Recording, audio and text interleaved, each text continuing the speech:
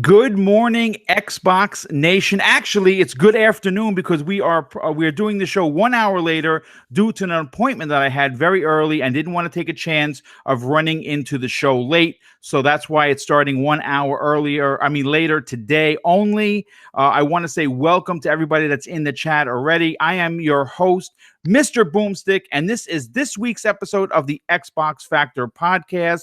I'm extremely happy and honored to talk with my co-host, which of course is the Welsh Gamer. Dude, welcome to the show. We have a great topics list and we're going to have a lot of fun today.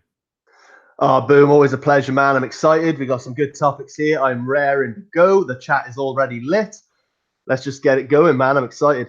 Nice. Now, before we get into the actual topics, December is a month filled with end of year holidays. You have Christmas, you have Hanukkah, and of course you have Kwanzaa. And no matter what holiday you or your loved ones are celebrating, it usually involves getting a gift for that someone special. If you've ever watched a podcast live or on the replay and you were amazed by the custom pictures flashing across your screen and thought, wow, I wish I could have a pick like that. Well, thanks to today's sponsor, you can. Today's episode is being sponsored by none other than XboxGamerPicks.com.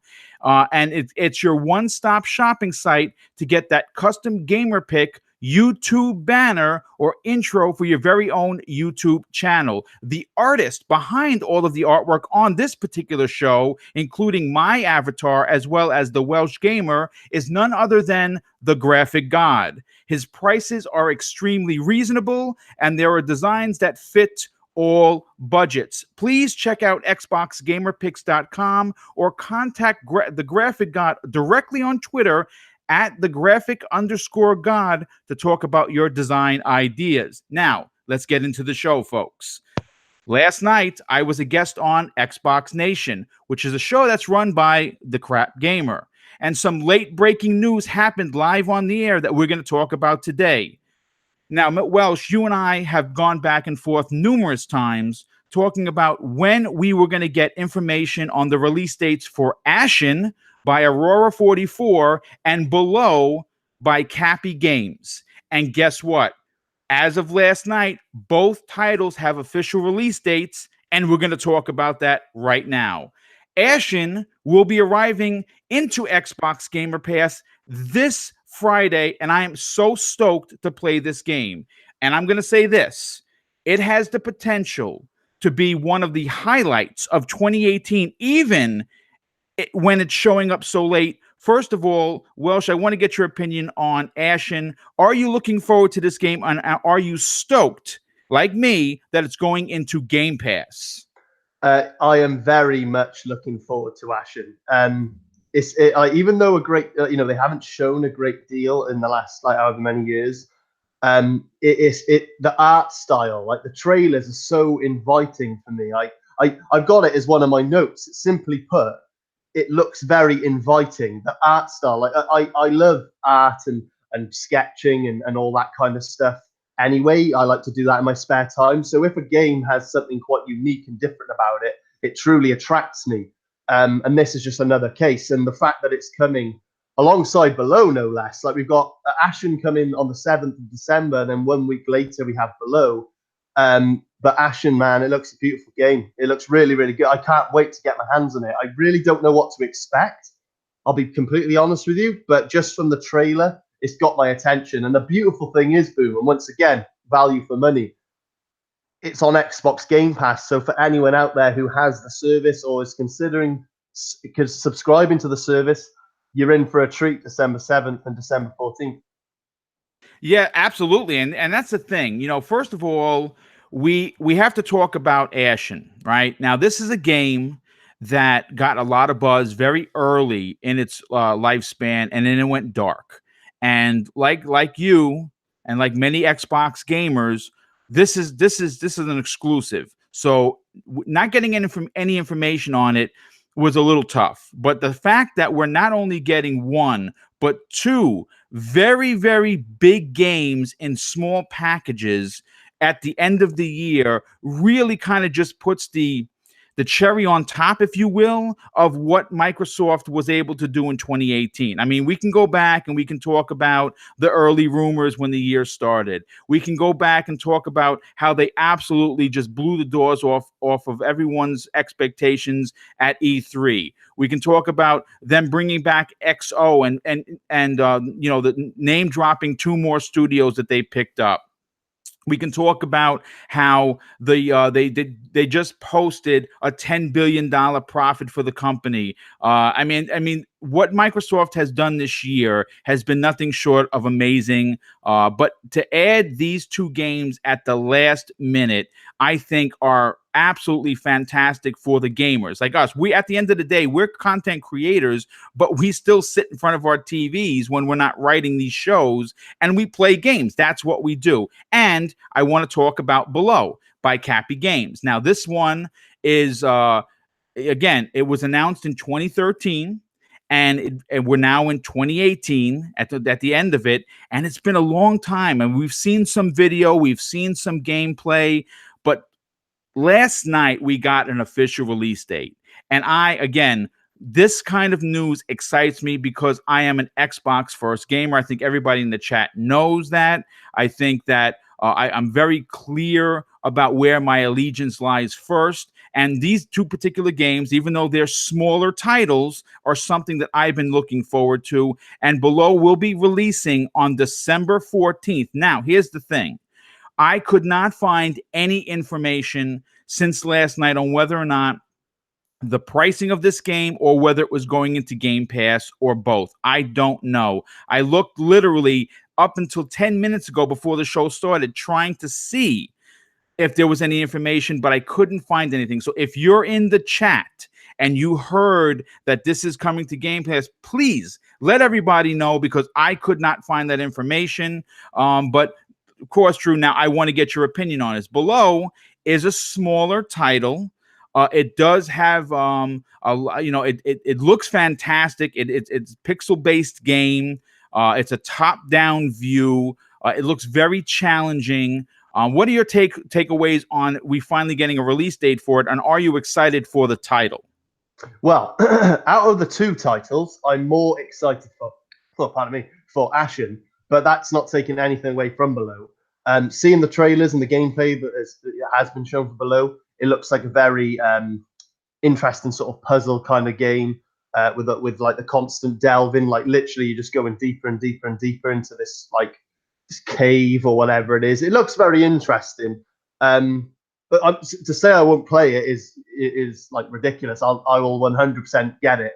And in answer to what you're saying, I can't confirm because I haven't actually read it, but I think it's a pretty safe bet to say that Below will be on Game Pass.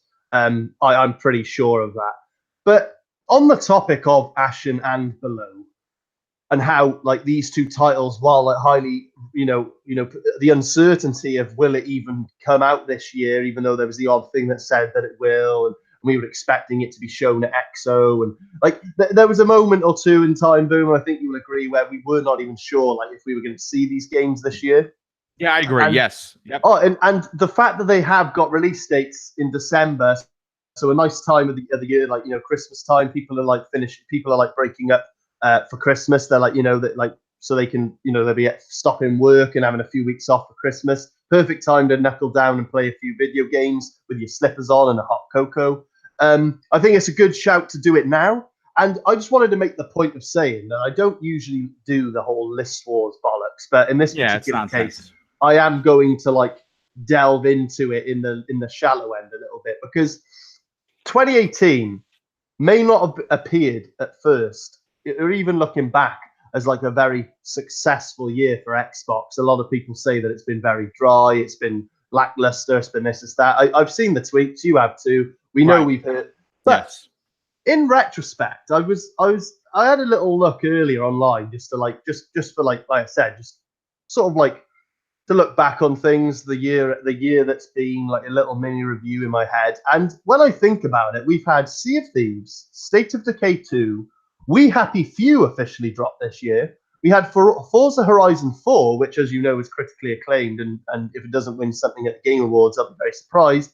Ashen, and Below are now dropping. That is 6 pretty solid titles for 2018. Now, listen, I'm just making this point because, like, let's just face it, 2018 is not nearly as dry as some people would have you believe. And the beautiful thing is, this one, this is, while it's not the strongest year, it's ending on a high, which is always the best thing. And it Yes, really, for absolutely. me, oh no, definitely, Boom, definitely. That's the beautiful thing about this. And what's even better is it's leaving it on a high because we know that 2019, we're already going into it knowing that we'll be greeted with Ori 2, Crackdown 3, of course, the juggernaut that is Gears 5. And Yes. that's just what we know is coming. Yes. Well said, dude. So, Excellent. mate, honestly, it's incredible. Like this year included, but going into 2019, what we've had, what we can expect, and moving forward, we're going to see a steady pace of games with the promise of more to come, and in the near and foreseeable future, which is a lot. Which, not to be a dick, but it's a lot more than Sony can say for PlayStation going into 2019, as unfortunately they've blown their penultimate load. Being that 2019 they're not going to be at E3 and there's no signs of them showing anything new because they've already shown like the same 3 games over the last couple of years. I'm not. This is the thing. This isn't a personal attack. It's just like I No, said. dude, but listen, look, here's the thing. I have to address what you're saying because, the one thing I've noticed on Twitter, and I don't want to do a broad stroke and say social media because I don't really involve myself in anything other than YouTube and Twitter. And the one thing I've noticed is when you try to say something about Sony, and it doesn't necessarily have to be a negative thing. You're not being negative. You're just stating complete facts. People get really defensive, and that's when you see the toxicity of Twitter come out in full force.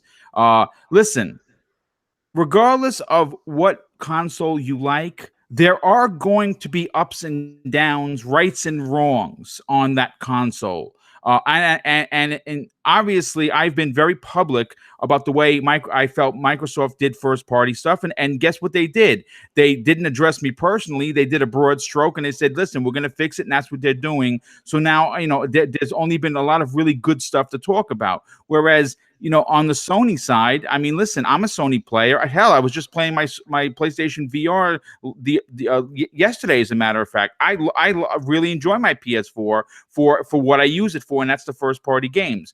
But this year, Sony kind of dropped the ball when it came to their fans. I'm sorry. I'm not saying that to be a dick here. I'm saying that it's reality. No Well, PSX. I'm glad you've said that, Boom, because when I wrote this up, I thought, Christ, like, here we go. I'm going to be coming across as the biggest a-hole ever. But I just had to state the fact that this year for Xbox, with the 6 games I've mentioned, it's been a strong year. And Ashen Yes. and Below coming out is nothing short of a Hail Mary. And I'm really excited to know that the end of 2018, going into 2019, is going to be occupied by 2 great games, which both look very quality games. While not AAA, massive, huge games, they look very entertaining and very intriguing. And it's just, I suppose what I'm breaking it down in saying is it's been Xbox has had a strong year. They're going into an even stronger year, and what a way to do it by bridging that gap with Ashen and Below, 2 beloved games that people have been wanting to see drop for a while. Oh, yes. So, case in point, I wasn't trying to be a dick, but facing facts, this is good for Xbox. Oh no, it's great for Xbox. It's great for Xbox. It's great for Game Pass. It's great for its players. It's something to close out the year on it, like you said, a high note. You're not getting just Ashen. You're getting Ashen and Below. And these 2 particular games, even though they didn't cost $60 billion to make, they're still going to be considered quality first-party games from a second-party developer.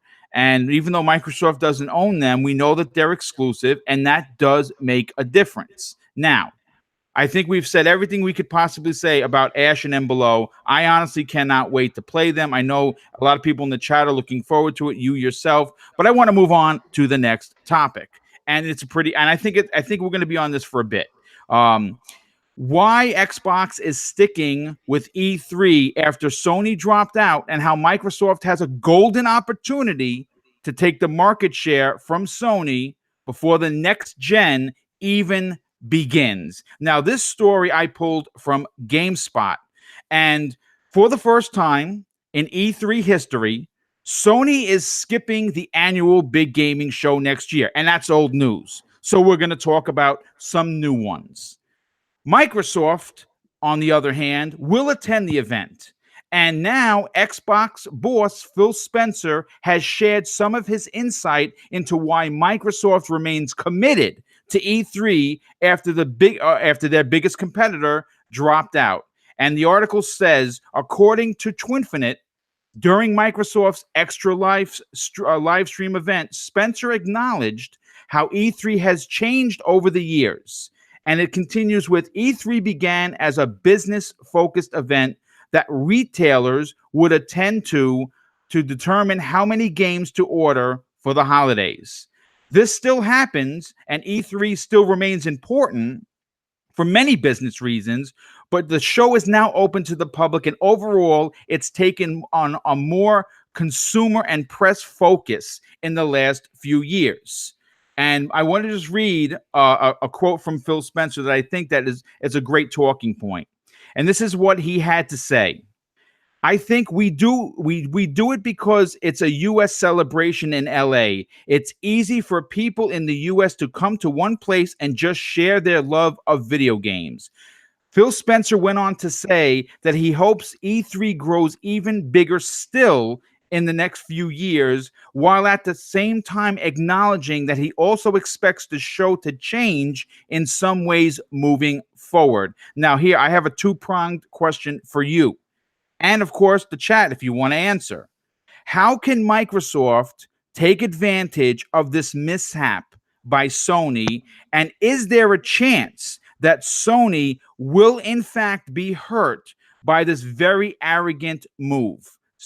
Please take it away. Right. Are you ready, Boom? Yes. I've given it some considerable thought. And in answer to your first of two questions, how can Microsoft take advantage of this mishap by Sony? I have this to say. I wouldn't call this a mishap. Personally, I would simply call it a case of blow their own load syndrome. And that they simply just have nothing new to show that they haven't already shown at the previous 2 or 3 E3s. But with that said, I think it is a huge missed opportunity for Sony, as there are a few games such as The Last of Us 2, Days Gone, and Death Stranding, which still to this date have either had some questionable press, like Days Gone not doing very well in its development, and or have not been fleshed out enough that most people are curious as to what the fuck it is, i.e. Death Stranding, aka Naked Norman Reedus Baby Delivery Service Simulator. E3 is a great opportunity, bottom line. Let's just break it down. Like E3, you just said it, well, you know, with regards to what Phil was saying, he basically said it in a nutshell. But E3 has grown into something which is, in fact, a great opportunity to give the gamer more footage and information, whether that be on new games or, in Sony's case right now, already announced games. So I think it is a missed opportunity, Boom, that they're not going, because they have games to show that they haven't shown enough of, and, Right. and E3 is a great platform to show these things off. Now, as for how Xbox could take advantage of this situation, they just simply need to show up, and without the concern of any mimicking, copycatting, or any slide backwards bullshit from either Sony themselves or the biased media. As how can anything Xbox show be compared to or even ripped into when Sony hasn't even turned up? Bottom line, all eyes will be on Xbox, and they know how to put on a show. So that's all I have for the first question. Now, in answer to your second question, is there a chance that Sony will be hurt by this arrogant move? I have this to say. There's always a chance it could affect them negatively, and it's not really something people will soon forget, as E3 is arguably the largest show in gaming today. But then again, it's Sony, so I really doubt it. All I will say is if it was Xbox pulling out of E3, it would be reported very differently. And let's be honest, by now, the media sites would have you believe that Xbox is leaving the gaming industry. So in what you're saying, Boom, the reality is it should hurt Sony, at least to some extent. I'm not saying it'd be industry crippling for them. Right. But because it's Sony, it's probably going to be shoved under the rug as much as possible. To be honest, since this news dropped, I haven't seen very many articles even touching on this. Whereas for a fact,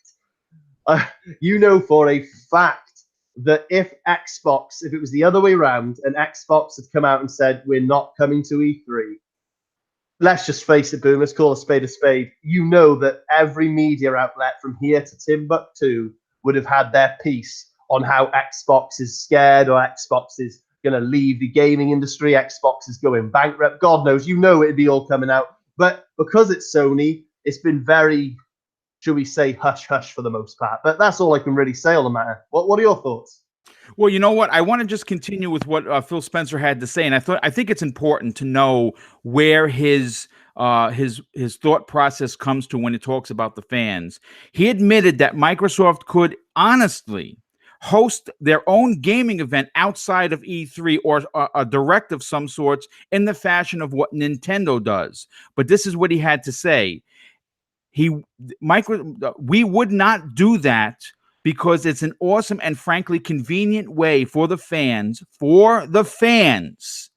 to experience video games. Now, do you see how he words this? Now, listen, he's a tactician when he speaks, and I'm going to tell you this: he's a very intelligent man, and I am really. He is meeting him and shaking his hand is one of my personal bucket lists things that I want to do, because I am so impressed with him as a person, what he has done for the Microsoft brand, but more specifically for the fans. And the way he words this is that he wants the fans to experience video games, not the consumer to come and buy Xbox stuff or Microsoft products. Do you see what I'm talking about, Welsh?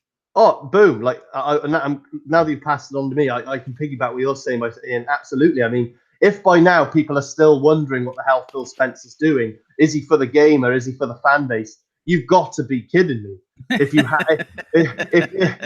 mate, honestly, at this point, I think it's very fair to say, whether you think I'm stroking someone's ego or not, or I'm some fanatical Xbot, like, call me what you want. The fact is a fact. Like, this man has literally just he oozes fan base. That's all he cares about. Like, we bleed green. He bleeds bloody green and God knows what other color under the rainbow. He'll bleed whatever color the fan base want him to bleed. He does everything for the gamer. And he said it best. Like, bottom line, this is what I meant by Sony is really missing a big opportunity here, because okay, Sony might not have brand new things to show yet. We all know they're working on something, but they might not be in a position to show it yet. I don't know. But they have got things they can show their fan base, get the fans excited, give them more information, be one with the gamer, and have a presence, even if it's nothing overly new or flash. Just be transparent. Just say, leading up to E3, like, yeah, we haven't got any major announcements, but this will be a wicked opportunity to show our fans just what we have been working on and how close we are to finishing current projects. But they can do whatever, and that'll gain more traction and respect off the gamer than if they just don't turn up.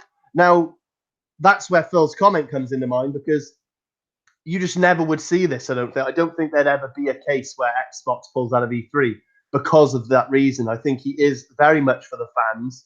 He would always turn up and put on some kind of a show for the fans. Absolutely. He'd always have playable games on the show floor for the fans. He'd always do something, because like he said, and let's break it down, E3 isn't just some conference for businessmen to swap war stories and take notes and pitch ideas. It is literally a gaming convention. It is the ultimate go-to for anyone who likes or loves or is a passionate person for the industry. And Phil Spencer is more than aware of this, and that's why things like that he says comes out of his mouth. It's because it's true. E3 is not just a corporate thing anymore. It is very much a place for the fans to congregate, and it's good that he recognizes that. I just hope for Sony's fans, to be fair, like, in all seriousness, call me what you want, I'm being serious. I hope for the fans of Sony and PlayStation, Sony realizes this and just at least puts on some sort of show. Because I named 3 games earlier: Last of Us, Days Gone, and Death Stranding. Those 3 games alone, they could do like a half an hour show where they just give the gamer more to look at on those 3 games. Because at the moment we haven't seen a great deal, and I'm sure if I'm curious, damn well you can believe that Sony fans are too. Yeah, absolutely, absolutely, yes. There's no reason not to do it, and I'm just glad, frankly, as an Xbox fan, that Phil is the guy, the head of the lead of the charge, and he knows what's best for the gamer. Yeah, absolutely. Well, real quick, I just have to give 2 shout outs. Drum Solo Please with the $5 super chat. And he says, broke down and bought a PS4. I remember why I hated the controller. But hashtag options. Glad I have my Xbox One X. Love the show and keep up the great work. And we have another super chat for $10 from a very good friend of the show, Smitty Smith. Says, because it's Boom in Welsh. Well, listen, dude, thank you so much. We do greatly appreciate it. And I want to move on to the next topic. The Xbox One is the new standard that future consoles should imitate, and for good reason. And that does not include fanboy plastic war nonsense. This story comes to us from PCMag.com. And it had some really interesting things to say. Now, taking nothing away from what from what Sony and Nintendo have done in this generation, because listen, 85 plus million consoles, and the Switch is selling out like hotcakes. Can't argue what these companies have done. Hats off to them. I own both of those, and I'm a proud owner of it. But there are things that the Microsoft platform, more specifically the Xbox platform, has that the competitors do not. And I really, really want to break it down. Okay? And the thing is this. It's extremely unfortunate that being that the Xbox brand is the most consumer-friendly console this particular generation, how there's so much hate towards it, it really does blow my mind. So you know what, I did a list of what they have that the other two platforms don't have, and it's a very extensive list. I didn't, if I sat here without writing this, I would have missed some of these, so bear with me. Okay, the Xbox platform has Play Anywhere, the Xbox Adaptive Controller, which just released, Xbox Game Pass, which is something on this show we can't stop talking about, Xbox backward compatibility. And even though the toxic Sony players say that they don't want to play old games, it's always a talking point. The Xbox has the preview program. Of course, we have the Elite controller, which is the greatest controller of all time. We also have ID at Xbox. That program is fantastic for discovering new devs. The Xbox Insider program that has fans test out new features and give their feedback. You have the Microsoft Rewards program. And you know what? If you're a fan of Colt Eastwood, or if you're not a fan, follow that dude. He's constantly tweeting how much money he got and what he bought with it for just playing games. You don't have that on Nintendo. You don't have that on the PS4. You also have true 4K gaming. That is something that we've seen in commercials for Sony, but we know that it's not. You also have Mixer integration. Okay, that's big. A lot of people stream on Mixer. I'm not one of them. I'm not a big streamer. I don't talk usually when I'm playing games, so I would be a terrible streamer. You have the most powerful console ever released for under $500. And if you're a savvy gamer, you could have gotten it during Black Friday and probably still for $399. I mean, how would you not jump at the chance to get the Xbox One X for $400? You have the most consumer-friendly company out of all 3 manufacturers. And last but certainly not least, and this is a funny one, I'd throw it in there, we have Phil Spencer, and he is by far one of the best bosses the Xbox brand has ever had. Now, this is a stacked deck, and considering that they're going into the next generation with this big momentum, it appears that there's no better time to be a fan of the Xbox platform. But I want to hear from you, Welsh. Please take it away. Right, first and foremost, Boom, I want to correct you. Yes. Last but not least was not Phil Spencer. By the words of a fan in the chat called Rain G4, he said, last but not least, Xbox Live. Now, don't Yeah. get me wrong. No, he's Phil, right. oh He's no, right.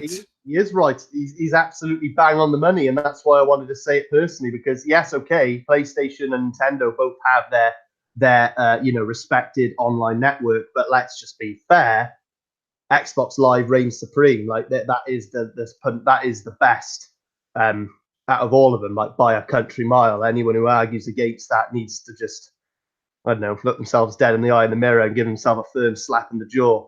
But anyway, let's get to this. I have a very, very, very, very interesting yet long-winded paragraph I need to get through because this is a very interesting topic, Boom. Once again, you've knocked it out the park by instigating a topic. Like, you just threw it out there. Xbox One is the new standard of the future console platforms, and should they imitate it?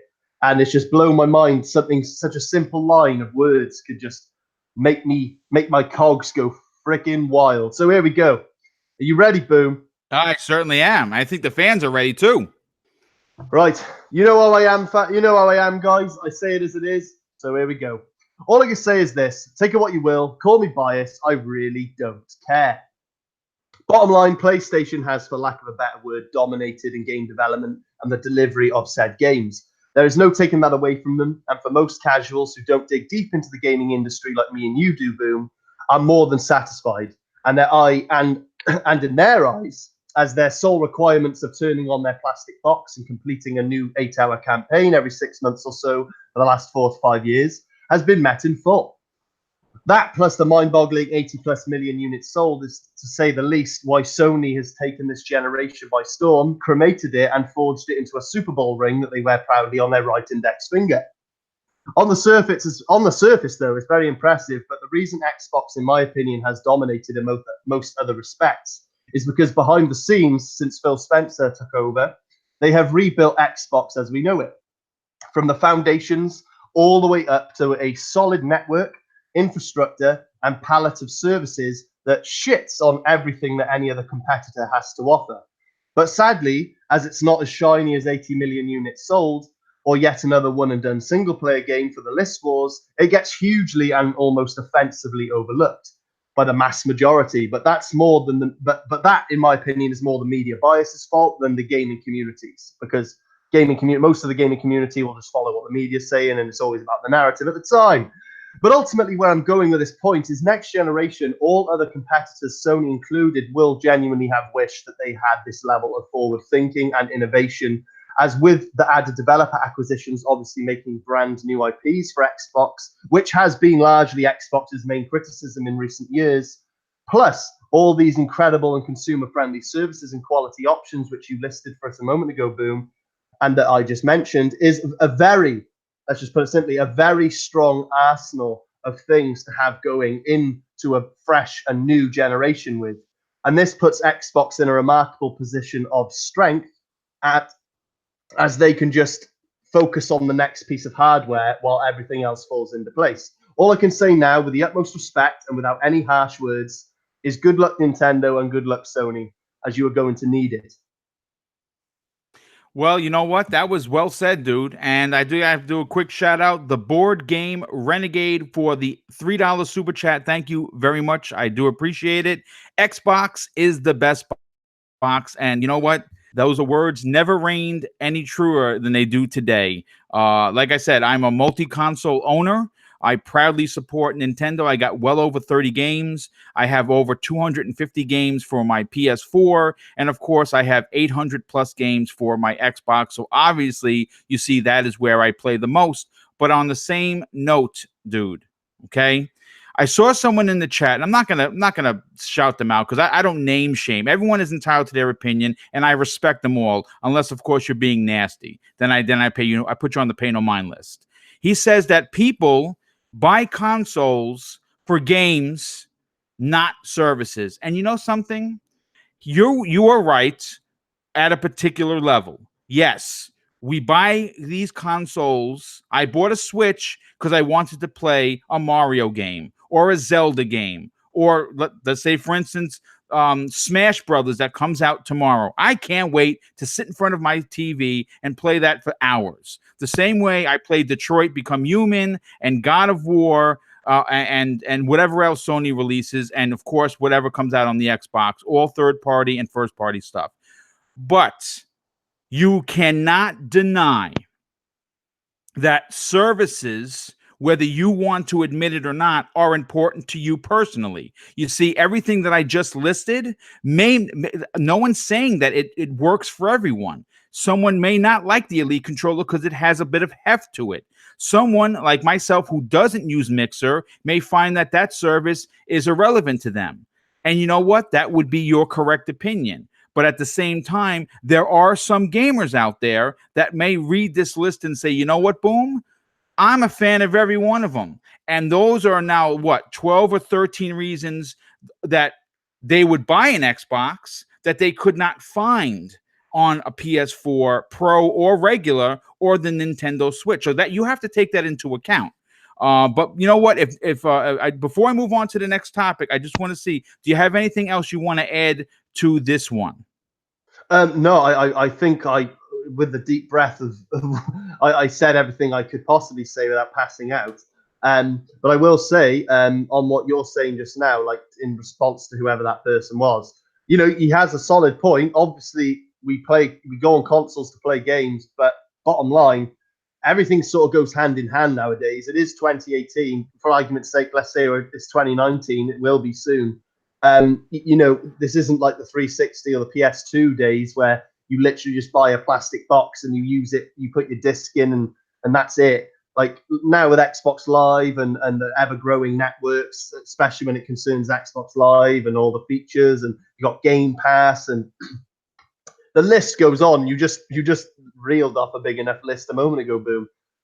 Like, you can't have one without the other. I think you'd be hard-pressed to find someone this day and age who only has a console just to sit for a few hours here and there, like just to play the single player of a game, and that's it. Like, they don't use anything else. I mean, even for the just to stretch this out for a little second longer, even like if you subscribe to, like, I don't know, like Netflix or something, and you've got the Netflix app on your dashboard of your PS4 or Xbox. I mean, even to an extent, like you're using your console for something that wasn't primarily used for as a for what a console's used for, if that makes sense, Boom. So, and I think 99% of people do that.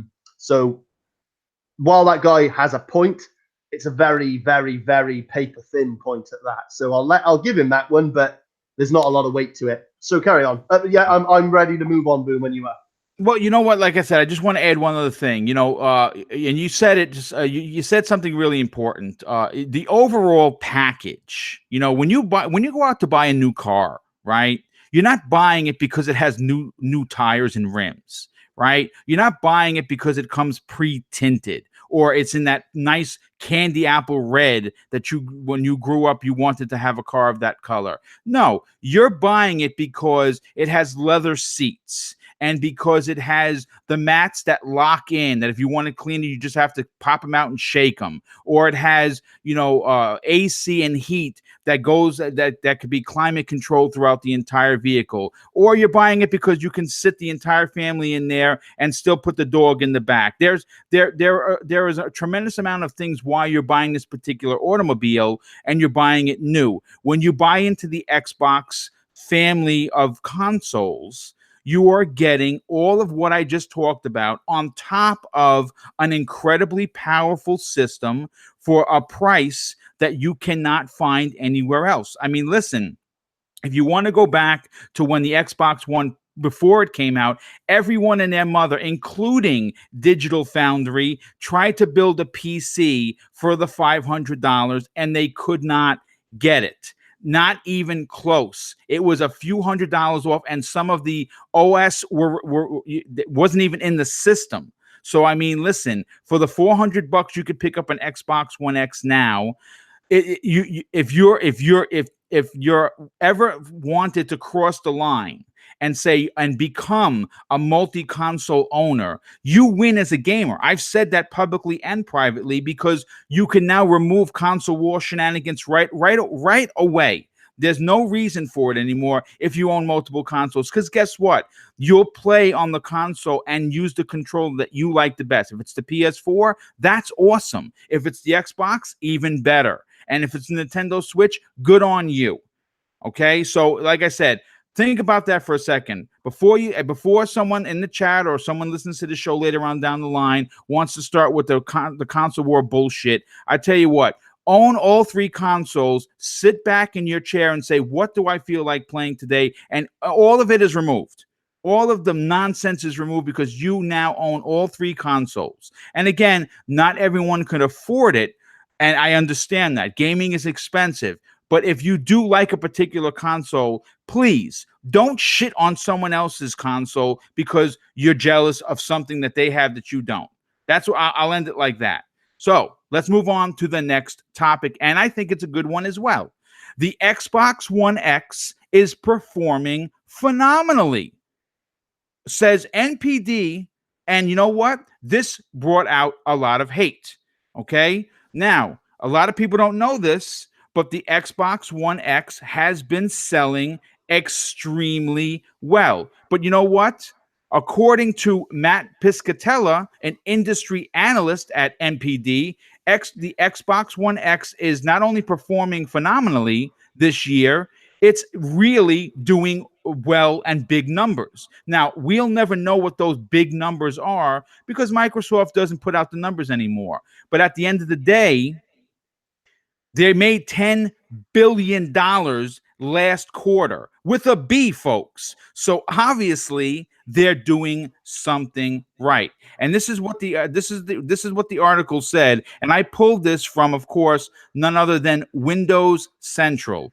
The Xbox One sales show the highest growth in the three major hardware platforms in the US this year, and the Xbox One X in particular has been outperforming them all.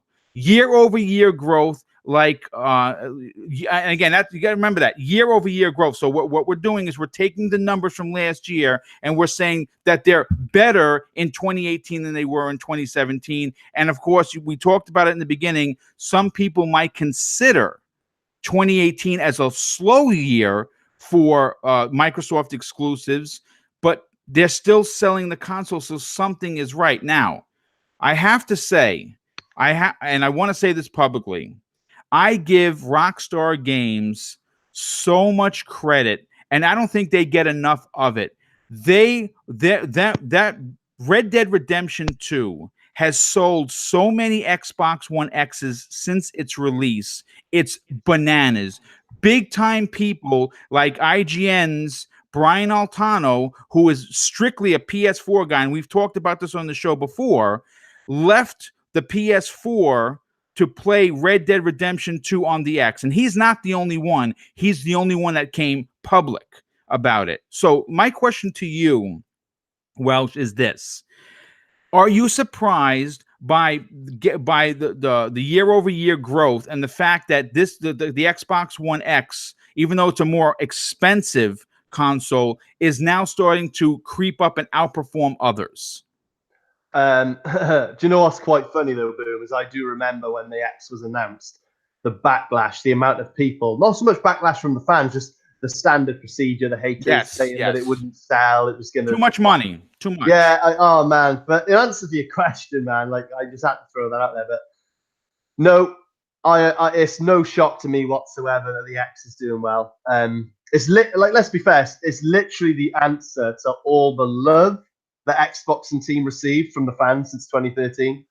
And most importantly, and I do say wholeheartedly, it is most importantly a result of all the hate that Xbox and team received from the fanatical ponies and the Xbox haters since 2013. At that point, the power narrative was very much going strong, and Xbox and team gave us the One X as a result.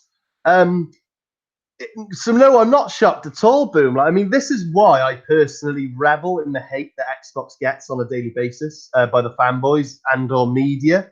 Because like I'm a nobody. I'm just the Welsh gamer. You know, if I see a load of hate on my Twitter feed, I can just grab my popcorn, have a giggle when I read the nonsense that these morons type up. But over in Redmond, there is a man called Phil Spencer, and he also can read these tweets. And he's not like the utterly powerless Welsh gamer, just gig. You know, he's not like just giggling while eating popcorn. No, while he probably does, chuckle to himself initially, he just uses the hate messages as feedback and fuel to birth more and more incredible features, services, and in the case of the One X, new hardware. So again, just to clarify, no, it is not a shock to me at all. And frankly, I just hope that Xbox gets more hate as it makes Xbox better year in and year out. And if the numbers don't prove that already, Boom, then it's crazy. Mate, no, I'm not shocked at all. It was inevitable. I remember saying it when they announced Project Scorpio, as it was dubbed. The haters out there, they woke the dragon. They literally, Microsoft was probably sitting on their laurels a little bit, especially when Matrick was at the head of the helm. He went into this generation with a pretty lazy attitude, thinking, people will just buy Xbox, blah, blah, blah. Phil Spencer took the ropes. Everyone threw shade at him, and he's only gone from strength to strength. And the fact that the One X, despite the amount of people saying it would fail, is doing actually phenomenally well, performing phenomenally, just to be specific, says everything. And I hope what I just said, being 100% honest, whether people love me or hate me for it, I hope that paints a pretty decent picture, because bottom line, whether you were a fan or a hater of Xbox, you asked for this. And it's here, and it's doing it remarkably well, and frankly, gets me more excited on what hardware we can see in the future, because Xbox is not going to be taking their foot off the gas like Matrick did at the beginning of the generation. Well, look, let me just say this, okay? The amount of money that you would have to spend on a proper PC to run what the X is doing is almost, I would say, at least minimum double. It could even go double and a half. All right. The fact that it's selling as well as it is, at the end of the day, and when I read these things, it does make me chuckle. Where there is constantly, you ever heard the term moving the goalposts? Well, that is something that has been going on when it comes to the Sony machine versus the Xbox machine. Right. I mean, we've seen it time and time again. 1080p makes you a better gamer. Right. That was something that was said by a Sony executive. OK, so 1080p versus 900p. And of course, in the beginning of this generation, Microsoft kind of put their foot in it, and they chose Connect over the power. And the original OG Xbox One was lacking. There's no denying that. Most of their games were running at 720. They were running 900p at the high end, right? So that the narrative back then, even going back before the X was released, was power, right? Like power. It has to be power is the where it has to be. And that was the line that was drawn in the sand. And now you have the X come out, and you have games like Red Dead Redemption that are literally melting the eyeballs out of your head. And power doesn't matter. Power is irrelevant. It's what's more important is games. Now, games are always going to be important, and even though I've publicly outed Microsoft for their first-party shenanigans, they have fixed it. So it's funny how you see the narrative switch back and forth. But before we move on to the next topic, because it also involves power with the Xbox. You have anything else you want to add, Welsh? Yes, I absolutely do. You mentioned moving the goalpost, and frankly, that's precisely the point I'm trying to make. Like, power was the narrative, and now Xbox has the power. It changed. But the beautiful thing is, while these ponies and these haters and whoever, I'm not going to just label them. Just anyone who wants to, in fact, move the goalpost to suit their own narrative, I urge you to keep doing that, because every time you turn the Sauron's eyeball to focus on something else, it brings it to Phil Spencer and team's attention, Like, Yeah. oh yeah, okay, yeah, like that's something new we can look into. And then you know that within a few months to a year, they're going to address that. Like, let's just break it down quickly. It was power. 1080p makes you a better gamer. You had the X, which is a 4K machine. Then it was Xbox doesn't have any games. And now you've got Xbox acquiring studios left and right. I think they've got more studios than they have people working at Microsoft at this point. And I'm sure there's other narratives. Christ, like the list wars, the exclusive list wars. I don't know, like true backwards compatibility. Like, no, well, that'd be one narrative. When backwards compatibility was a thing, despite the fact that Sony ponies would throw out there that they have PlayStation Now or whatever that bloody thing was, where you can subscribe to bloody stream games. Like, that was the coolest thing since sliced bread until Xbox announced true backwards compat, and then they moved the goalpost again. We don't like playing old games though. It's like, this is why Sony will forever stay stagnant and Xbox will forever move forward and innovate, because they go where the narrative is moved to, Xbox now. Whereas because Sony looks at their fan base and all their fan base is doing is making excuses for why Sony doesn't need to try, basically. That's why Xbox is leaps and bounds ahead, like I alluded to earlier. Yes, okay, PlayStation's taken the Super Bowl ring this generation. They have dominated in game development and in the units sold this generation. But like I said earlier, quite specifically, it's all the things underneath that goes offensively overlooked that Xbox has excelled at. And while doing that, they've acquired multiple new studios while also creating new games with the current studios they have. And you mark my words, from hardware to software, games, services, Xbox is going to pound anyone out the way. I'm telling you, they are an unstoppable train. They are an unstoppable train. They are the Hulk when Scarlet Witch messed with his head and he started bloody battering that building and shit. And Iron Man had to come in with bloody Hulkbuster. That is Xbox right now. They've had this vision for years. People have been blind to it, have been ignoring it, but now it's taking full effect, and people are starting to finally see the juggernaut that is Xbox. And I, frankly, as a fan, couldn't be happier. And people can call me a fanboy, but nothing I'm saying is false. It is simply fact. Yeah, So, no, listen, again, that's what this show is all about. We may have a preference, but we won't go out of our way to dump on another brand. Obviously, I've said my piece on Sony and how I feel about them, so that it's no one could ever accuse us of saying, well, you guys are just haters of the brand. No, that would be entirely wrong. But real quick, I have to thank Creep Freak for the incredible, massive $20 super chat, and he says, shout out to the chat. This is consistently the friendliest chat. Boom and Welsh love the show. And you know what? I just want to address the chat.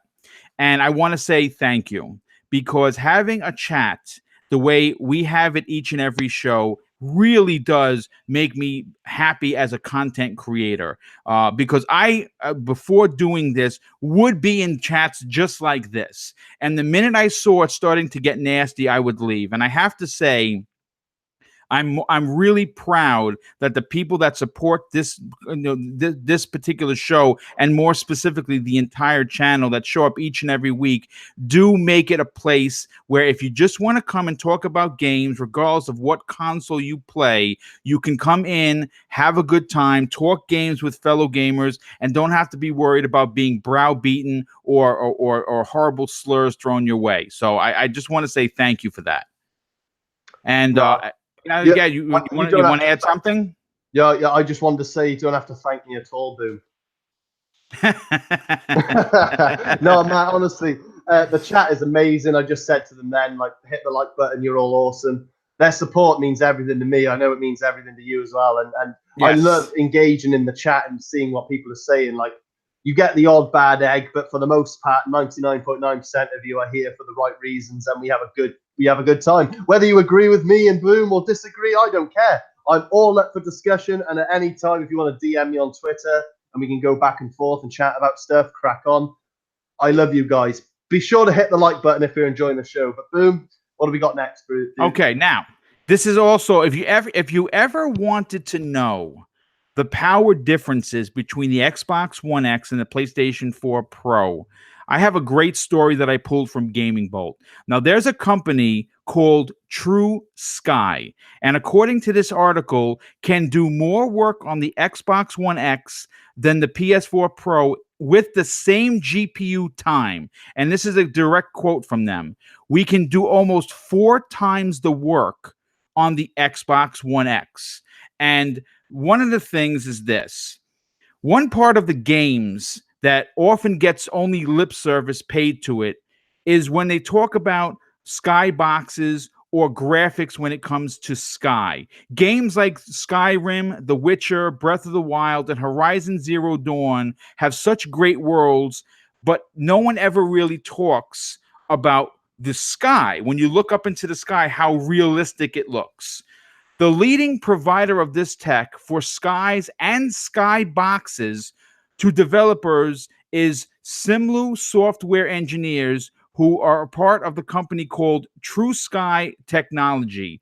And it's the most advanced and reliable sky system available to other developers to use. True Sky is a cross-platform rendering agnostic device that's also heavily dependent on the console's GPU. And in the story from Gaming Bolt, they had a chance to sit down with the head honcho Roderick Kennedy of Simlu Software, where they decided to ask him about the differences between the PlayStation 4 Pro and the Xbox One X, and the impacts of middleware. And this is what he had to say, and I thought it was really interesting. This is a direct quote from Roderick Kennedy. Yes, it allows more work to be done in the same GPU time. So if a developer allocates 1.5 ms for the Sky, True Sky can do on the Xbox One X almost 4 times more work, rendering the clouds at double the resolution, for example. If you want to use the extra power to go from 30 FPS to 60, you can do so at about twice as much per frame rate. So resolution can go up about 30%. Now, personally, I love gaming talk like this, and considering I have in no way, shape, or form any development knowledge whatsoever, it's extremely interesting to learn the ins and outs of game development. One of the things that Phil Spencer has been very blunt about is power, and how Microsoft will never be behind in that department again. Hearing from numerous devs about Microsoft, how they make it so easy to make games for this platform, it speaks truth. So I want to get your take on this, Welsh. First of all, are you impressed with what the True Sky software is able to do? And are you surprised that they can do 4 times the amount of work in the same GPU from the Xbox One X to the PlayStation 4 Pro? I'm not surprised in the slightest. It's impressive. Like, I'm going to be honest. Like, I don't know the nitty gritty when it comes to specs and how it's utilized, but reading between the lines, the guerrilla version of the statement is simply this. The Xbox One X isn't just a box capable of portraying visual masterpieces in all of their glory, such as the recent Red Dead 2, but it's also obviously very developer friendly and makes the development side of things very smooth, easy, and definitely efficient, most likely. Which, as a gamer, like, asking me the question, you'd think that wouldn't affect me as much, but actually, when you think about it, Boom, it does affect the gamer, because what True Sky is saying, and what we already know about the Xbox, and how, when going into the designing of the One X and most likely future hardware, they want it to be as effortless as possible to develop on.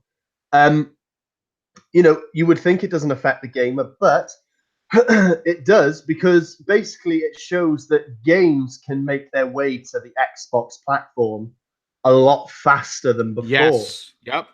And if not faster, then at the very least easier, with minimal bumps in the road. So, in a nutshell, what I'm getting at, and this should get people excited, that we hopefully we shouldn't have a repeat of like Crackdown and and stuff like that. Like, don't get me wrong, I understand there was more reason to that being delayed because of the cloud and mastering the 100% structural environments, but still, nonetheless, it has to be said. It obviously, hit some walls and whatnot. But what I'm getting at is that while, even if it's not faster, which I reckon it would be, but at the very least, they'd be far less bumps in the road. So all these new Xbox first-party acquisitions should have no real issues developing their new games in a reasonable, fast time frame.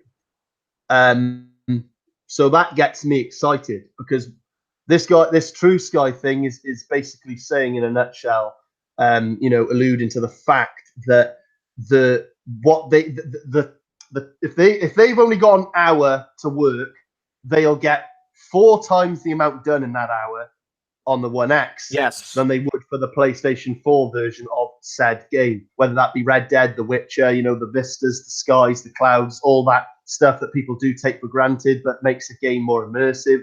They can get 4 times as much done in an hour slot, just to break it down into an hourly basis. So that's impressive shit.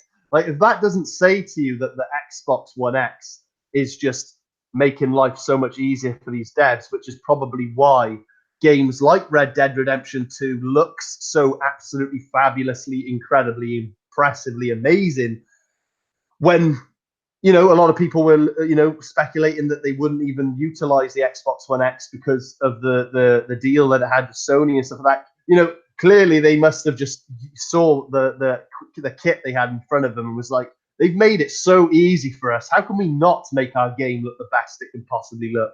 Like, we barely have to show up. Honestly, man, it's exciting. And like I said about like future prospects, future games, it certainly makes me happy, because I know that things will just be easier for the developers working on all the new games coming my way. Yeah, no, absolutely. I got to tell you, I did not know who Simlu Software was. When I saw this story, I said, it's something that no one really talks about in other shows. And, I mean, listen, I'm not an educator. I'm just a gamer. Right? At the end of the day, trying to put a show together that should be, I like to make sure that these, I respect everyone's time. That at the forefront of everything I do for this channel is the fact that it still blows my mind that there's someone on the other end of a radio listening to what I have to say. I want you to understand that. Like, it still has not become, like, I pinch myself at the end of these shows that I'm actually doing them. So when I put these, the topics together, I don't want to talk about what everyone's talking about, because then why would you tune into this show? So learning about Simlu Software and the fact that they have this new technology that works across all consoles and works the best on the Xbox, I thought was really interesting. But this is where the show takes a turn for the great. Microsoft Studio is reportedly acquiring a team close to PlayStation and would be considered in many circles a drop the mic moment for Team Microsoft. Now, just the other day, we have a report about a rumor that Microsoft is in advanced talks to acquire a studio, and we might have found out who it was thanks to our good friend Krobril. Now, Krobril does not consider himself an insider. I certainly do. I would love 5 minutes to talk with this guy, because he has so much incredible information when it comes to the Xbox. It has to be his favorite platform. But he shared a bit of information which is incredibly interesting, considering that involved Sony somehow. Now, according to Krobril, Microsoft Studios is, again, in advanced talks with a team that has historically worked on PlayStation. And here's his exact tweet from his official Twitter account. Let's make this Monday a bit more interesting. I can say that Xbox is in advanced talks a few months with a mid-sized studio that historically has worked together with PlayStation. Okay? Now, he also continues with no name dropping because of ongoing negotiations for now, but it's interesting nonetheless. Now, with this recent information that was released about Microsoft being the richest company in the US, and older rumors of having an open checkbook all point to the company not being done with adding more studios to their first party roster. Now, before we get into who I think it is, based on a tweet that happened this morning, I want to get your take on Microsoft just continuing to throw the gauntlet down when it comes to adding talent to their first party studios. What do you think about this, Welsh? Well, like I've said before, Boom, they're clearly not pulling any punches. Like, I mean, I do you know what? Some people in the chat must hate me. They must be like, God, this Welsh guy don't have to repeat himself. But bottom line, it's true. Like what does any part of this scream to you? Like Xbox are like sitting on their hands and chilling. Like they're literally like left and right reaching out and like headhunting and we can speculate who we think this is, and even if some of us, some of us more than most might have an even better idea. Will it be a drop the mic moment? I don't know. Like I got a few ideas here written down on who I think it could be, and based on recent evidence as well, which you've already presented to me, Boom. Like it speaks a lot of I know you know what I'm on about, don't you? Speaks volumes. This one particular tweet that was put out like earlier that you showed me. But yeah, I mean, if just because I'll let you lead with, so we don't like step on each other's toes, as you gave me this topic in the chat on the Twitter DM. But asking me the question, what do I think about like Xbox and what they're not resting on their laurels, they're not messing around, they're clearly not pulling punches, and I'm excited to see like what they're doing, like who this is, like just for my own curiosity. I'll tell you this though. Obviously, like the first things that come to mind is like, when you think of Sony developers, it's like Naughty Dog and shit like that. But let's be real. Let's be real for a second. Like Naughty Dog is not going anywhere. But one that came to mind for me, Boom, was Insomniac.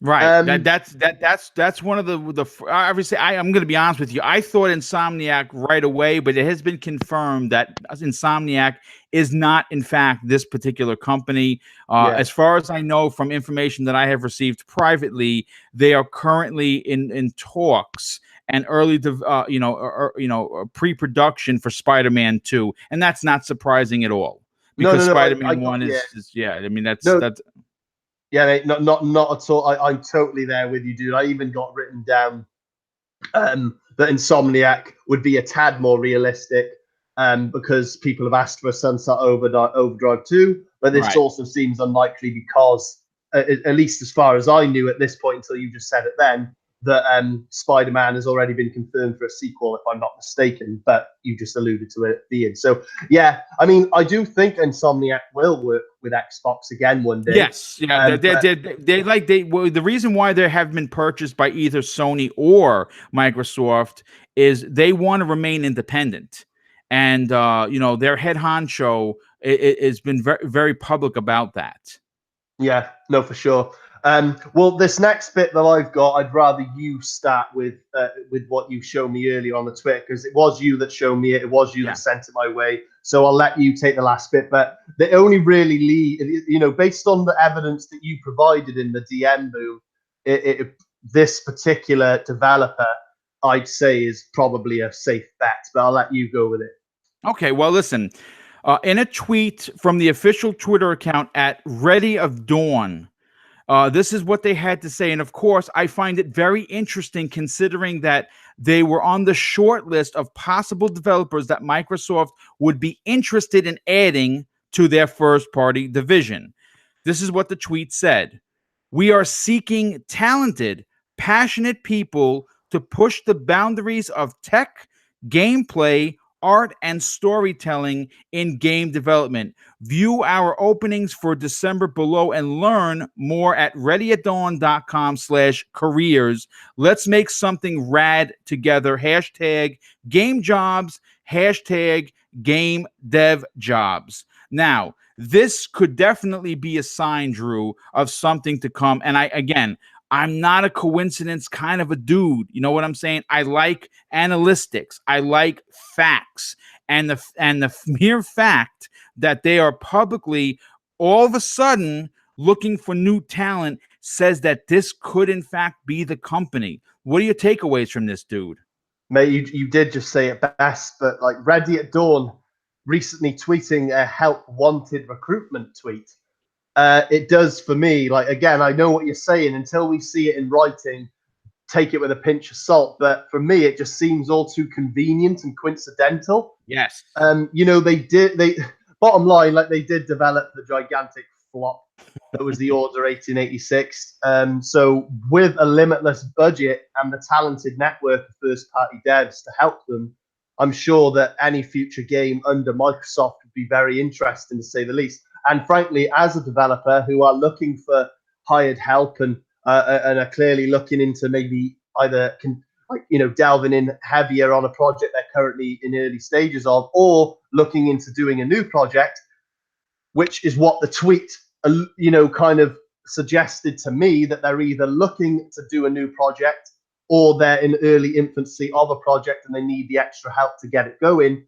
What better place than signing on with Microsoft and being like, yo, if you just give us that, check with as many zeros as we want, we'll make a game for you, like. And it should be interesting. Don't get me wrong, if it is Ready at Dawn, I really hope to the high heavens that they don't give us anything that even closely resembles Order 1886, because that was garbage. I mean, I'm sorry, I'm just being as blunt as a bloody broom, mate. That was absolutely garbage. It was, and I've actually played Order 1886. Like, it was frank. Well, I say played quite loosely.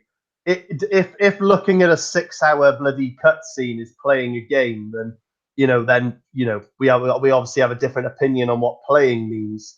But anyway, Ready at Dawn clearly know what they're doing in terms of like creating a world and a good narrative and a good story. Right. But I think if they had the guidance of some of the first party devs at Microsoft, because we've discussed before the camaraderie between all the networks, like Playground helping them out, 343 helping these guys out, Coalition helping this person out, they do help each other out. I do think the guys at Ready at Dawn do have the talent. They just need a little guidance. And I think if they were acquired, which again is up for debate, it's still speculation, but based on recent evidence, for me, it points toward it, as we said, convenience and coincidental. I think this could be a good idea. There's potential there.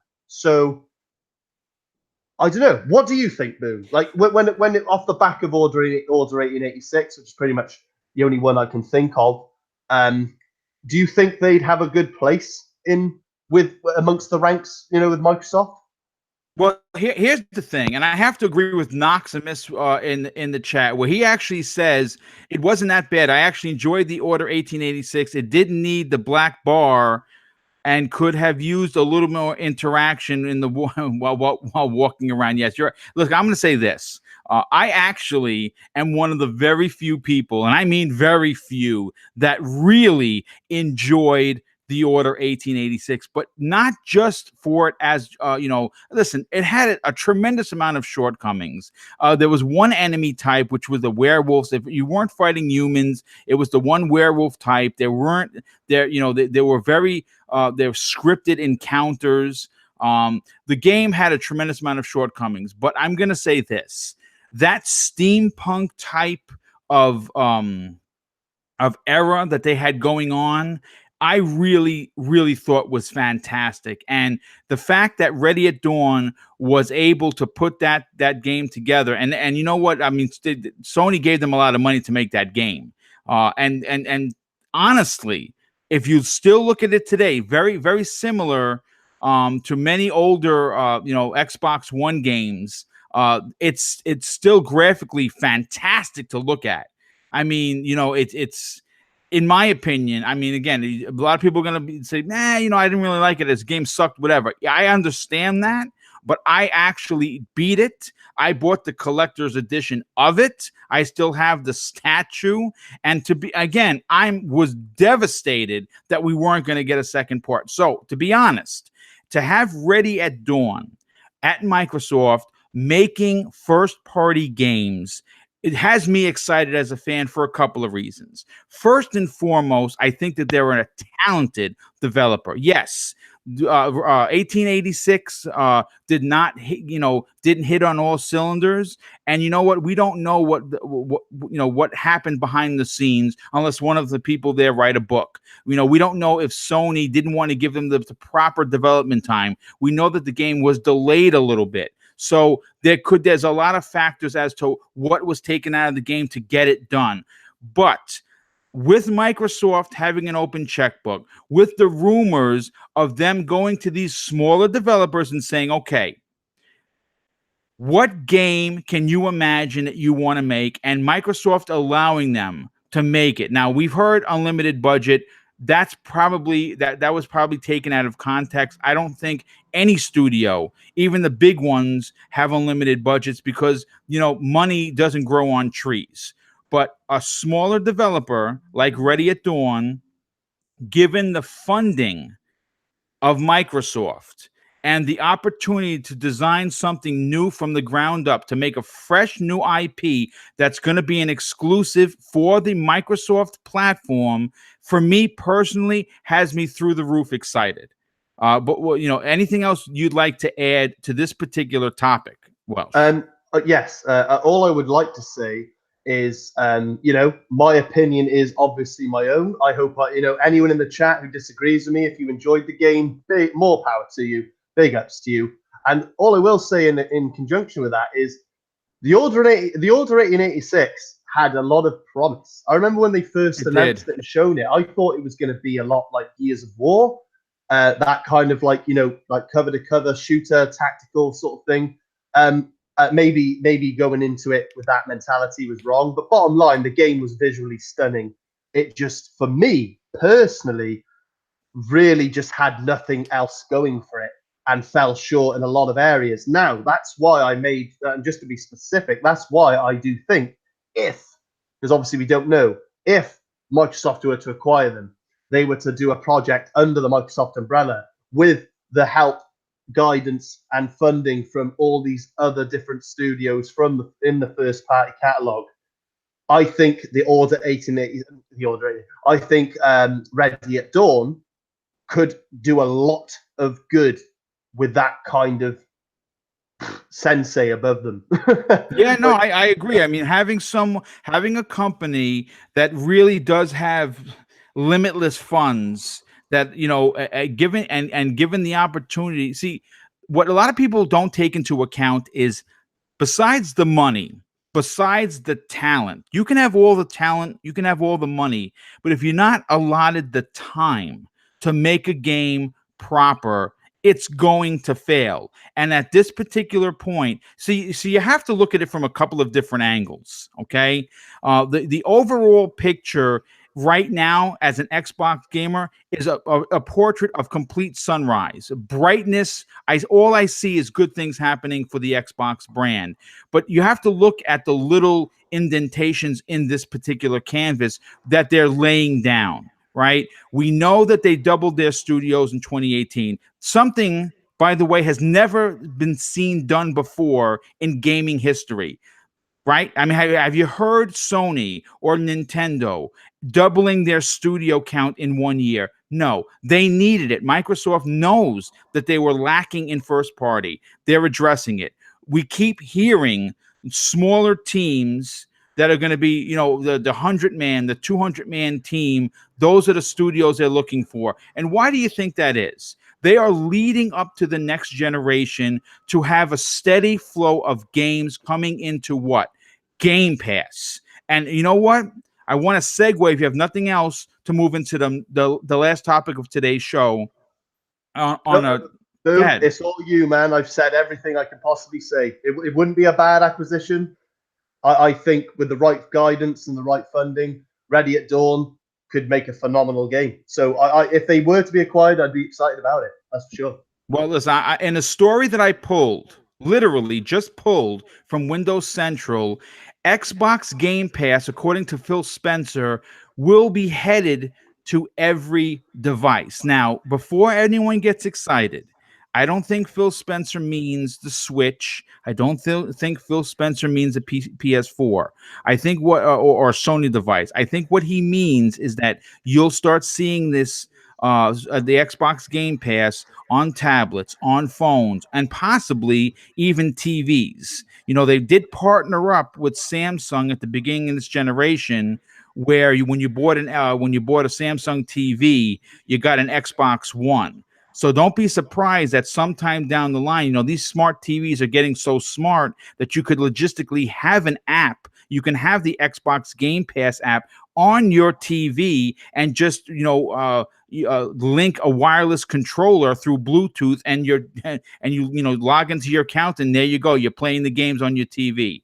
But I find this to be extremely interesting, and that's why I segue from the last topic, because with all of these studios that they're getting, the one thing that you and I will absolutely agree on is how important Game Pass is for the Xbox franchise moving forward, and the way that they are constantly dropping games. I mean, a perfect example. I mean, we had Mutant Year Zero drop, which, by the way, if you're into XCOM type games, you should give it a shot. I'm playing it now. I absolutely love it. Strange Brigade was available today. I cannot wait to play that.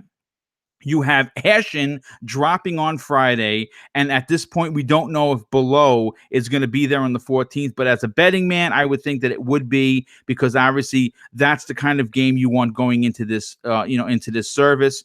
But the fact that they're so forward thinking about not just the box. I mean, that's why I'm excited as a fan of Xbox. It's not just the box that's sitting underneath my TV right now. They are thinking so much further into the future, where the X Cloud is going to come into play, where Xbox is going to be on everything. And I think that, for me, I know that a lot of gamers are going to be like, well, I want it just for the Xbox. Well, I hate to tell you folks, technology is changing, and the more advanced we get, the more devices are going to be used. The more devices are going to be out there, the more potential for that particular person using that device to become a gamer. And as it stands right now, regardless of your allegiance to Nintendo, Sony, or Microsoft, Microsoft is leading the charge in trying to get these next generation of gamers, even if they only game on their tablet, even if they only game on their phone. So what are your takeaways with Phil Spencer coming out and saying that they want Xbox Game Pass on all devices? I think, to be honest, I saw this coming, because I've been saying for the longest time, and I've been an advocate of Play Anywhere, and Yes. now you've got the X Cloud and all these different things. It's progression, and it's quite. I don't want to say obvious, because then I don't want to come across as like a know-it-all or some sort of fucking bigot. But I honestly do find this quite obvious. It's not shocking to me at all. And I know one other person for certain who would be right beside me and agreeing with me right now if he was here, is Saltiest Gaming, because me and him have talked about this before, and we even talked about it on Saltiest Gaming podcast a few weeks ago. But it is just progression. It's like when you look at Netflix or Amazon Prime or Hulu as a streaming service, it's not tied down to one thing. If you want to use Amazon Prime, you have to buy a Sony DVD player to use it. Or if you want to use Hulu, you have to buy a Vito bloody recording box to use it. As long as you have a smart TV, no matter what brand it is, or a device with smart features like an Xbox console or a PlayStation console where you can download apps from a store, phone, tablet, as long as you have any one of those things, whether it be Apple iOS or Android, you can download the Netflix app, the Amazon Prime app, the Hulu app, and you can and as long as you're subscribed, it's in front of you, you're ready to go. Mobily or static on a TV, you can watch your shows. And that is what I know I've been saying for the longest time, and I know there's other people, I just said Saltiest is one of them, who've been saying it as well, that this is where Xbox is going. And the problem is, you have a lot of fucking morons who live in yesterday and want to keep burying their heads in the sand in fear of change. That'll be like, yeah, but that's not a true exclusive. Like, how many exclusives do you have then? How many true exclusives do you have? And it's like, those people are why, gaming could have potentially never moved forward. But luckily, we have forward thinkers and risky people like the guys over at Xbox who don't care about what these people have to say, because things progress, things grow. Bottom line, Xbox as a service, Xbox as a brand across devices is not going to make you bound to a plastic box anymore. You will have that option if that's the option you choose, but with the xCloud and Play Anywhere and Game Pass, it's going to come to a point within the next 5 to 10 years where, it wouldn't surprise me if, like, you buy a Samsung TV, say an 8K curved TV 10 years from now. Yep. And you can go into the App Store, and right there is the Xbox Game Pass app. You click on it, download it, subscribe. It's £7.99 a month. And all you got to do is just plug in a controller to the side of your telly, or wireless or Bluetooth or whatever. I'm sure they'll have it all figured out by then, I'm just saying. And you'll be playing Xbox games even if you don't even own an Xbox console. Frankly, that person in question I'm talking about, whoever he or she is, could be a PlayStation gamer. And this is how they play Xbox games. Yes. Do you know what I mean? Instead of buying a whole box they're just like, oh no, I got a smart telly, I'll subscribe to the service on the App Store. And that's how they play the Xbox exclusives. I'm just saying, Boom, I'm not shocked. In fear of being called a know-it-all, I saw this coming. I knew it was going to happen. It's quite obvious to me at this point, as someone who's been following this direction Xbox has been going in and been an advocate for. It's progression. I'm all for it. I think it's great. More people playing games, more people subscribing to the services equals more money for Xbox, equals more acquisitions, equals more games. It's a lovely, beautiful circle, and we as the gamer can only benefit. Yeah, absolutely. And I want to shout out Kenny Lenny in the chat. He says in 2019 or possibly 2020, Samsung TVs will come with an Xbox One controller, xCloud, and mobile. And listen, you know what? He actually makes a really good point. And you talked about it. I talked about it. And think about this for a second. The one thing that Phil Spencer has been extremely clear about is that the traditional box underneath your TV is not going anywhere. So, I mean, I know that, and listen, I'm shouting them out because they're good friends of mine. A guy like Noof Nukem, he still buys disc games, disc-based games, hardly has any digital. Lady Foxfire, very good friend of mine, very good friend of the show, very good friend of the community, also is another one that strictly likes the disc. That is not going anywhere. The discs are not going anywhere.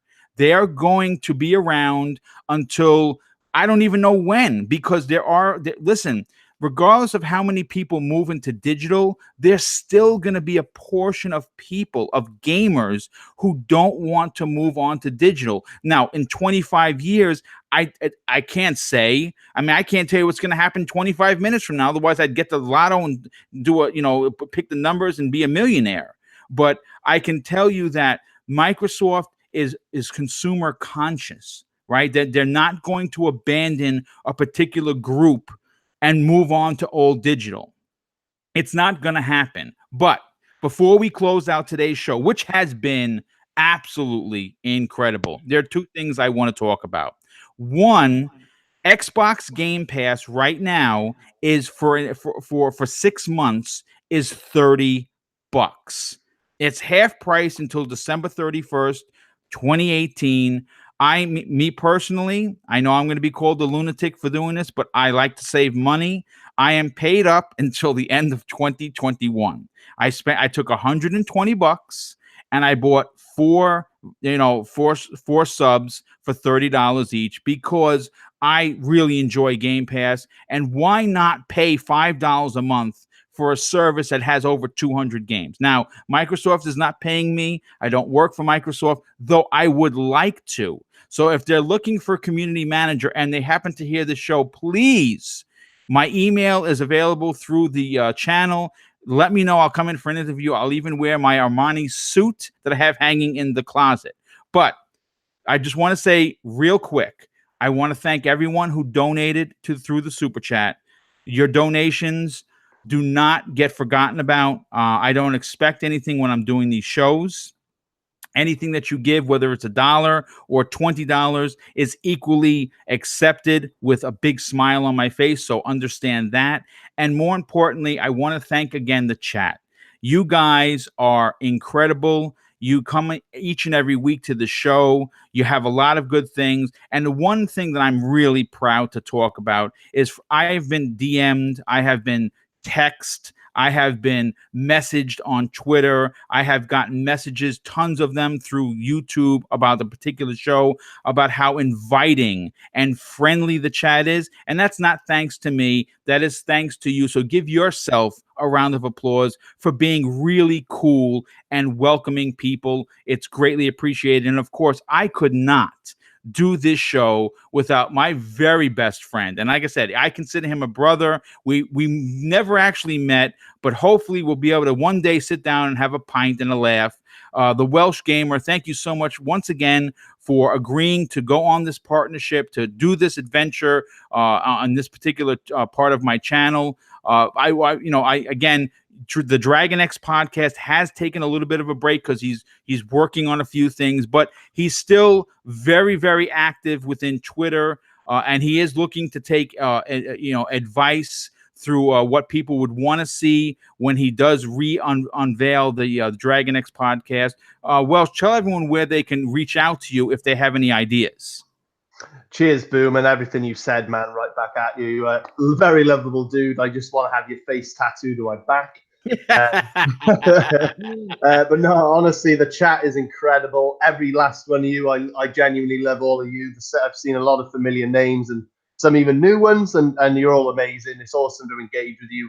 Please hit the like button on your way out if you haven't already, because it helps the show out, gets it bloody out there, people watching. It's fantastic.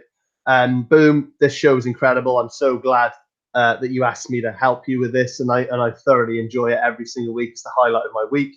Indie Gamer said, bring back Dragon X. I intend to at some point, my friend, but it probably won't be till the new year now. But hey, that doesn't mean it's gone. I haven't gotten rid of it, that's for sure. Just a few things behind the scenes. But thanks for the love, man. I appreciate that you do want it back.